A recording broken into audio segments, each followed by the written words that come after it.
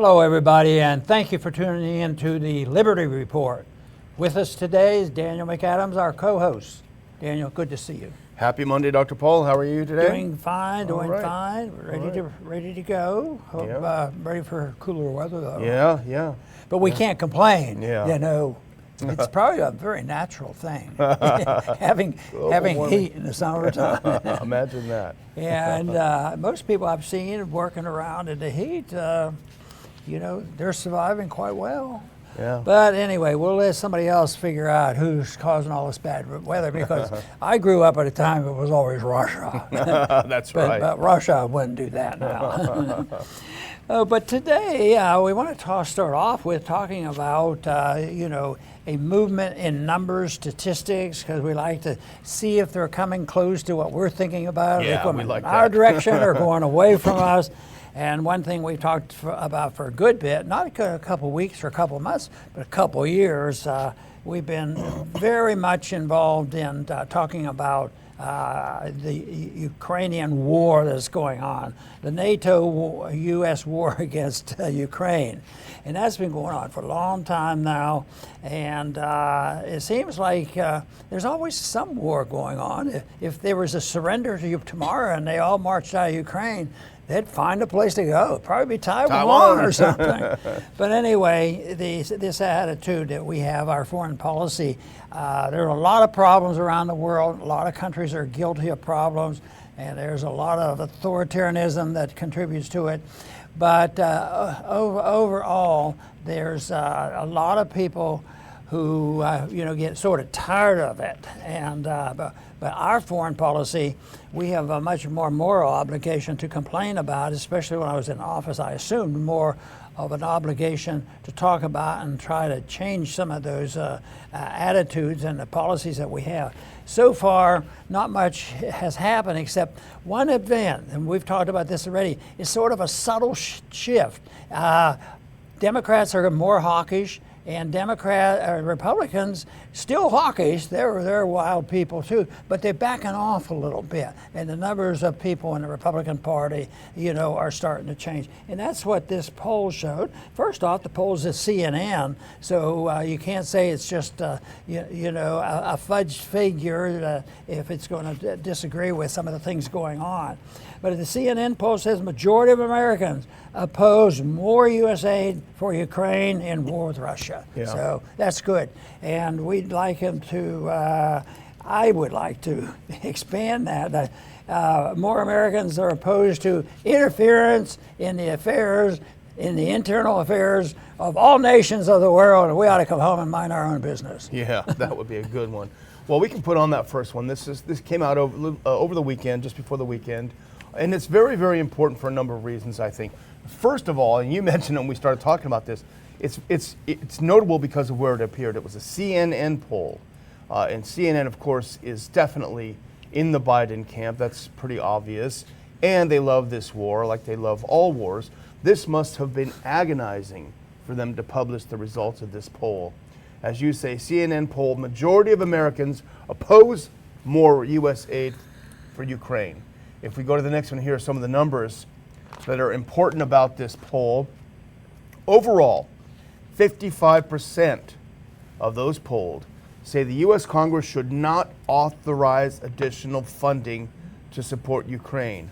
Only 45% say they should authorize more funding. That's a very, very clear margin among all Americans asked. The other comparison is only 48% believe that the U.S. should do more to help Ukraine, and that is down from 62% last February. So the numbers have completely gone the other way, and that's just overall, Dr. Paul. If you go to the next one, among Republicans, it's even more dramatic. Republicans broadly say that Congress should not authorize new funding. 71%. 71% of Republicans, Dr. Paul, say not another penny for Ukraine. I wonder, excuse me, if the politicians are paying attention to this. Well, we'll try. But you know, the one thing about this is a good poll, and we're looking at it and we're trying to get some information out of it. But it's, to me, disgusting because what they're talking about is not should we be there and how do we get there. It's all in degrees. Should we cut off the money or give them more money? Should we cut off the weapons and test our weapons over there? Should we build the allies? Should we be supporting money to NATO because NATO's our friend? It's all in degrees. And then they say, should we have troops or no troops? Oh no, we don't want any troops because people don't like that. But we'll send the CIA and we'll send special forces there. And so it's all degrees of interference, and they're not narrowing down to what I think is important. Is why are we there? What are we doing there? And what about our foreign policy? When did we decide we had an empire? And when did we decide the moral authority to tell everybody what to do? And a lot of lives have been lost during my own lifetime because, I was born in 35. We had world wars, Korean War, Vietnam wars, and then Middle East wars. We've had wars in Ukraine, Syria, and they're ongoing. And as we try to wind them down, guess what? There's people stirring up trouble, confrontation with Taiwan and China. I mean, so it's an attitude that eventually has to be addressed. Yeah, that's for sure. Well, pardon me. I'm sorry. Put on this next one if you can, because, I think what we see here is a massive, massive shift in American political perception. Because if you remember, Dr. Ball, it wasn't that long ago when I'm a conservative Republican means I like all the wars. Yeah. And now you're seeing a shift, and you're seeing it in this poll. And of course, obviously, we don't want to overread this because this is just one poll. However, if you look at this one, within both parties, there are splits by ideology. So not just among the party, but among ideology within the party. So on the question of providing additional funding, liberal Democrats are far and away the most supportive. 74% of liberal Democrats want more money for Ukraine, with 51% of moderates or conservative Democrats. Now listen to this. Among Republicans, about 3/4 of conservatives oppose new funding, 76%. Over 3 in 4 people who self-identify as conservatives say, we're sick of this war, we're sick of the funding in this war, we want no more of it. I think that's such an important thing the candidates should pay attention to. I see that as a sign of people's attitudes needing to be looked at, because in order to have what they're talking about, and that statistic is a lot less activity going on there. But the big thing is when is that going to start? And might be a starter here. But the thing of it is, they get us into these wars and they get the people excited, and then you have, we talk about the Democrats and others and the and also the military-industrial complex, but the media has a lot to do with churning up this aggression, and that's been going on for a long time. And now I used to think, well, that was definitely different in World War I and World War II.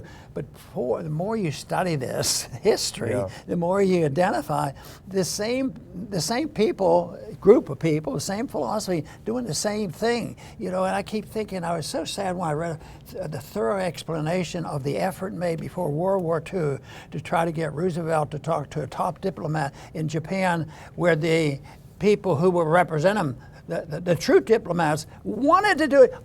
They both were begging. Japan, but they wouldn't do it. So that's what it has to be done. It has to be done a little sooner. So, but little bits and pieces. So when we see a positive, we want to mention it. Yeah, and you're right to mention media, because CNN is pro-war, but Fox is no better. Post-Tucker Carlson Fox is no better. All of their so-called experts are massive pro-war, massive warmongers. They come straight from the military-industrial complex. So we don't mean to single out CNN here when it comes to cheerleading for war. We just don't. We don't have a network. Those of us who are pro-American. But I want to just go over a couple more numbers, Dr. Paul, if we can. If you can put that next one up, because it's so important. Now, this is on the issue of providing weapons to Ukraine, and on that question, let me see. Only 30% of Republicans believe we should provide weapons to Ukraine. That means that a full 70%, 7 in 10, do not believe that we should provide weapons to Ukraine. and barely over half, 61% of Democrats and only 39% of independents want weapons to go to Ukraine. And Responsible Statecraft did a couple of other dives into this, if you can put the next one on. A couple of other things came out of this poll that are important. 53% disapproval of how Biden is handling the war in Ukraine. 56% disapprove of how he's handling Russia, and 57% disapprove of how Biden is handling the relationship with China. Now, to me, Dr. Paul, I don't know what you think, but when I look at those numbers, I think that opens the door for RFK to come in. You know? Yeah, it must be getting closer. He must be doing better because another member of the Kennedy family really went after him. Oh, really? I didn't see that. Oh, it was just horrible, you know, what they've done to, or what they want to do to him. And yet, if they had a brain, and sometimes it seems like they don't, but especially the family, don't they know the real reasons why Jack Kennedy and Bobby Kennedy was the enemy of the establishment? Yeah. I mean, and they were, they tried their best to, they didn't come across shouting and making a scene where do it now instantaneously. They really tried to maneuver in a position where they had a wise position of we don't need these wars, and yet then now they come down hard on Robert Kennedy Jr. You know, and they're willing to go after him, and that was a real sad article. They didn't know when to be quiet, maybe. He's not perfect, but so I mean, I was just looking around on Twitter, and someone, and I forgot to, and I apologize who it was, but they made a good point, which is pretty obvious. But I think this is when the neocons are the most dangerous now, when you see the public opinion definitely going against the war. They don't like seeing that happen. For them, it's decision time. Whether it's time to throw someone under the bus, which could happen. They're very good at doing that. You can ask Gaddafi and the others about that. Or whether they will find some other way to escalate. Could it be a false flag?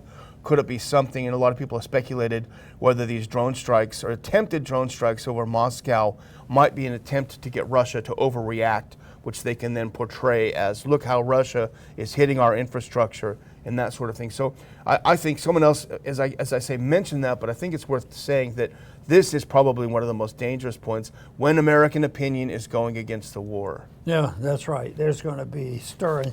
And hopefully by the time the election rolls around here, the presidential election, something will be identified and there'll be clear-cut choices. Yeah. And right now it's not that clear because even the top runner for the Republicans, sometimes you're not sure where he is exactly, you know.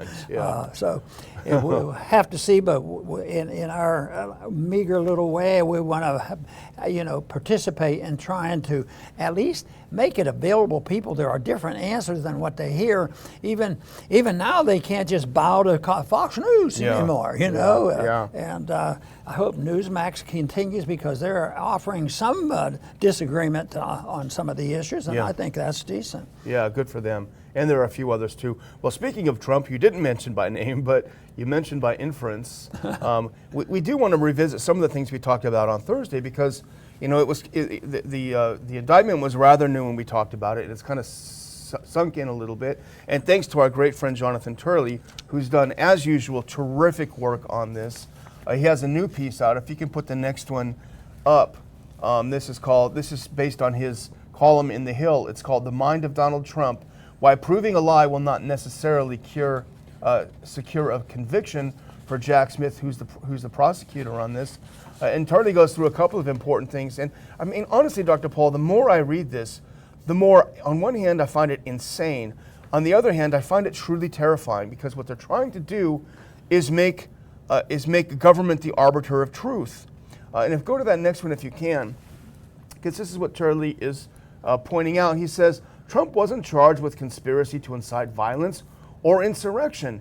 He was charged because he, quote, spread lies that had been outcome determinative fraud in the election and that he actually won. And Turley goes on to say, in order to secure a conviction for this, Smith would need to bulldoze not just through the First Amendment, but also the existing case law holding that even false statements are protected speech. So basically, he's going to have to literally destroy the First Amendment if he's going to successfully prosecute Trump. You know, I complained a little bit about the way the Republicans approached this because it was always said by the media that they wanted to undo the election and change the election, and that stuck. And people say, well, he can't undo the election. Yeah, there's always a little bit of shenanigans going on there. But it should have been, and then when I go back and look at some of Trump's statements, and he was pretty clear on that. We want all the votes counted. Yeah. You know, this is not a true, a recount of the votes. So that's where it should have been, and that's where I think I really can't,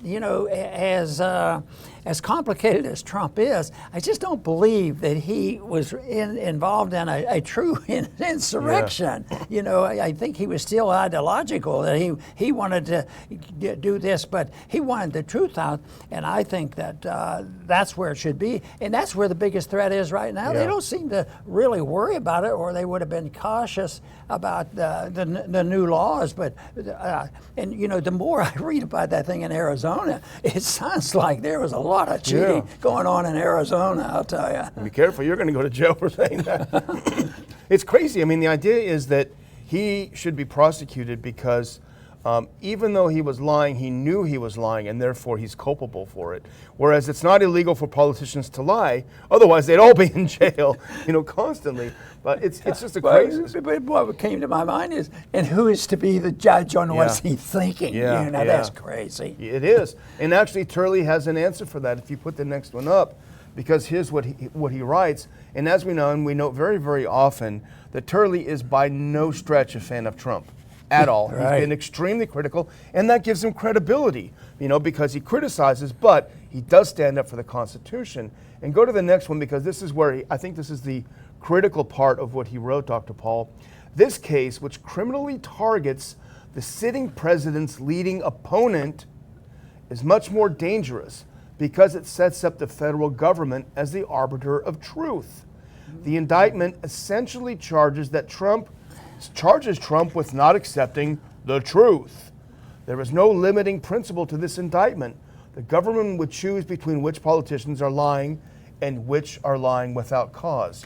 So if you just read that a couple times, it'll be up to the government to decide whether you're just lying, or whether you're lying but you don't have any cause to lie. So therefore you get prosecuted. Now, it's insane. Zero Hedge had an article, The War on Truth, and they're talking about we're talking about.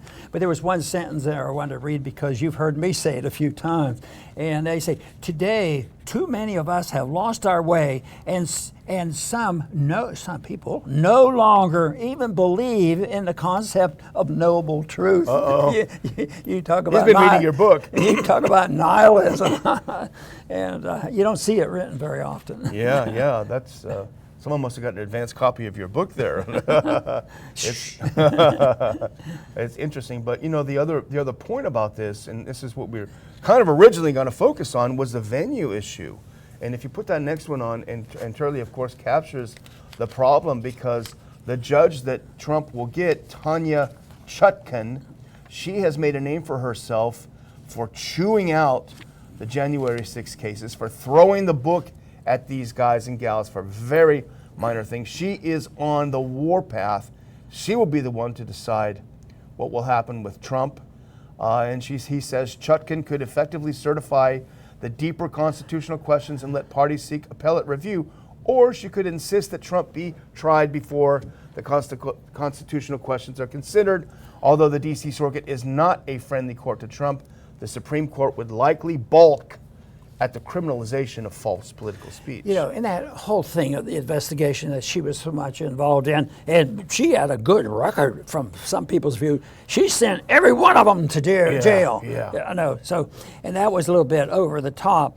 But the trial was such a farce, and this whole thing about an insurrection and then an investigation, and they had two Republicans assigned, to this trial, and Nancy Pelosi vetoed it, and they could kick him out, and they put two turncoats in instead to other Republicans that were really Democrats. Yeah. And so it wasn't a real trial, and the most obscene thing they did about that, and now it's coming out, that they were never given any information that the people who are being charged have to give the defense the information they had. They couldn't even look at the films. And all the films, and they probably still haven't found all the answer there because there's so much.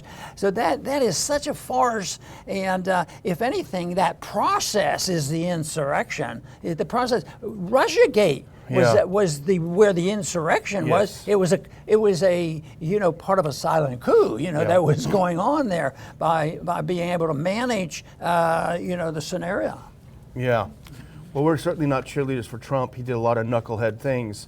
But it does increasingly seem, the more we see about January 6th, it seems like January 6th, the purpose of it was to cover up for November 3rd, which is when the election took place and something was happening. And Trump may go to jail for saying that. Who knows? So I guess, do we move on to our next one now? It's kind of a sad story because it started out as a great American story of immigrants moving here and becoming very successful. And this is from our friends at Zero Hedge. If we can put the next one on. There we go. Thanks. So Anheuser-Busch heir says ancestors would have rolled over in their graves over the disastrous pro-trans TikTok ad. Billy Busch is in direct heir of the founders of Anheuser-Busch.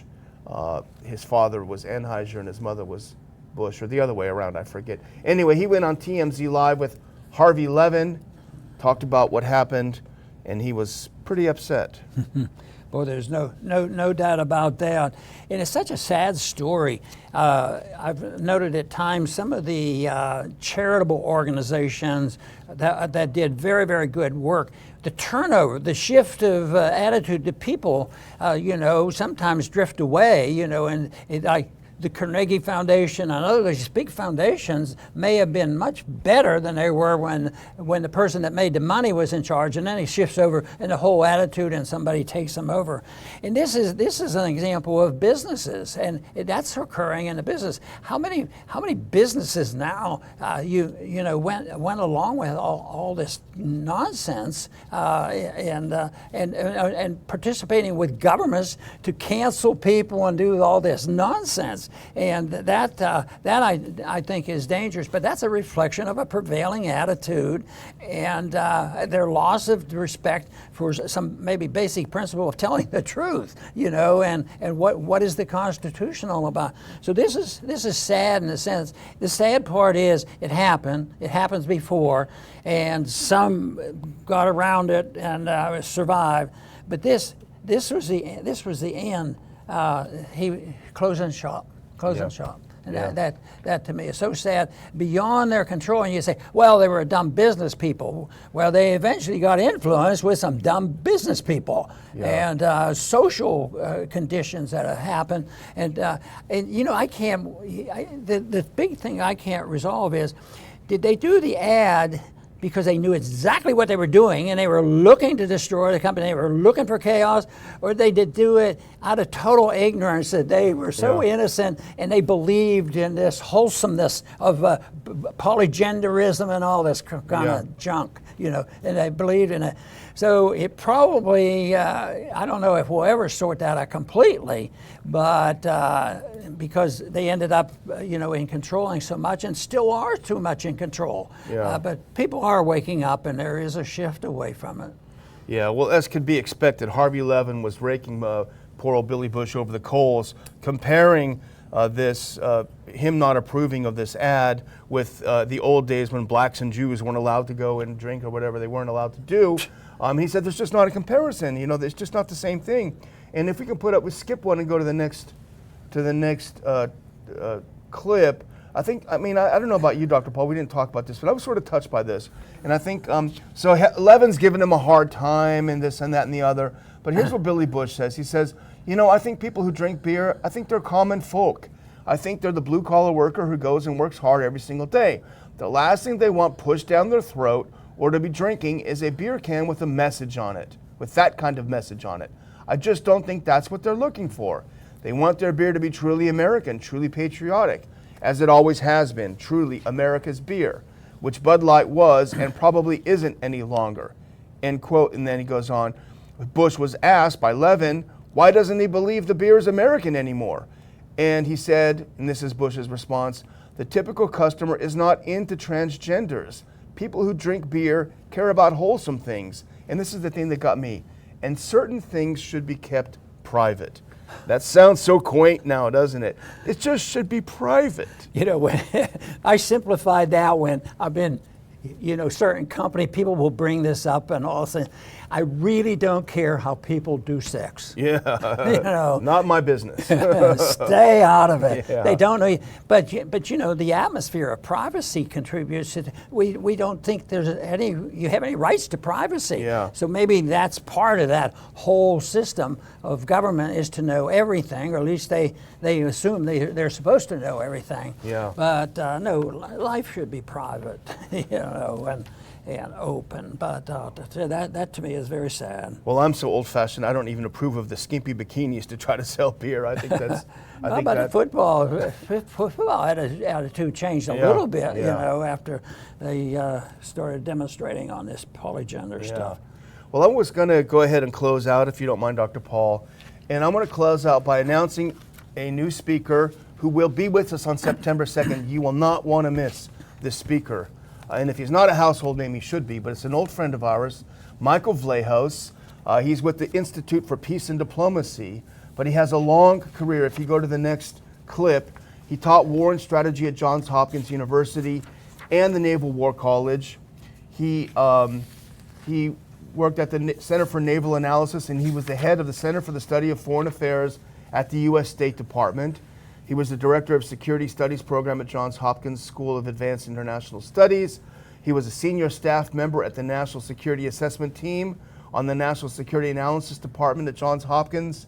He's the author of several books, and he is the author, by the way, if you go to the next one, of this article. And I've known Michael for a while. I had lunch with him back in January.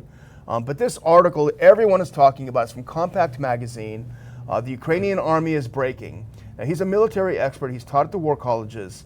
But this is an exceptional article that breaks down beyond the hype of the mainstream media what's going on with the Ukraine war. And that's why I called Michael up and asked him if he would come visit with us on January 2nd. And he graciously agreed to do so. So Michael Vlahos will be there. He's going to give a great talk. He's a great lecturer. You will not want to miss it. And what am I talking about? Go to the next one. Which Way America, September 2nd, 2023, in the Washington Dulles area, the Ron Paul Institute's 7th Washington Conference. There's still plenty of time to get those tickets, get the plane tickets, get your car ready, come out and see us on September 2nd. We look forward to seeing you. Michael Vlahos, Doug McGregor, Ron Paul, Jeff Deist. It's going to be a great group. Max Blumenthal, Anya Parampil. Great lineup of speakers from across the spectrum. You're just going to want to hear from them all. So we got to see you Very there. Good. Sounds great. I think I'll be there. I hope so. You know, this whole issue of telling the truth seems to have been around for a long time. And if you look at the early codes, the laws that existed, whether it's the Ten Commandments, Hammurabi, or Sumerian code, the one thing, a lot of that was miscellaneous. You know, Sumeria had very complicated. But you know, all of those codes recognize the fact that you should tell the truth. And sometimes the punishment was very bad. Hurting people, killing people and stealing, very tough on people like that. And here it is, you know, a society barely existing, civilization was just starting, and they seem to have a natural tendency to understand what truth was all about, and when you disobeyed it, they felt that somebody should be punished, it should be pointed out. Well, it was rough stuff going back there, but there was an instinct that existed as far back as the Sumerian code, if you look at it carefully. But I think that's why we're starved today, because there's this almost purposeful destruction of this whole idea that there's a right and a wrong, and that you can do whatever you want, and it's arbitrary. So I think that eventually philosophically has to be addressed.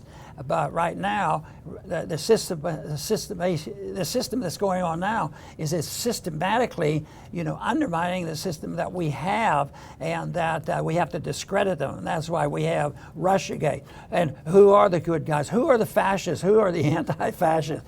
And I'll bet you 65% of the people in this country think the fascists are the people that hang around Donald Trump, something like that. Even though it's coming from the noise of the people who claim. And I think that's why Russiagate is so important, and the interpretation of what happened on January 6th is so critical to sort it out. They got away with big lies there, but eventually the lies are discovered, and history will sort it out. But that takes a while.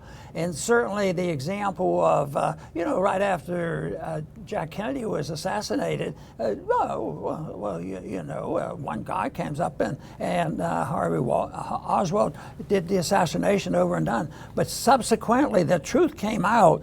And there's probably, I think it's up to 80% now that people don't believe the government told us the truth about that assassination. And every president since that, even though under law they were told to release all the information about the investigation of the assassination, they don't believe they've heard the truth, and it's still withheld. The Republicans haven't done any better than the Democrats in revealing what they know about what went on. And I don't think hiding the truth is the way we should go if we're seeking truth. I want to thank everybody for tuning in today to the Liberty Report. Please come back soon.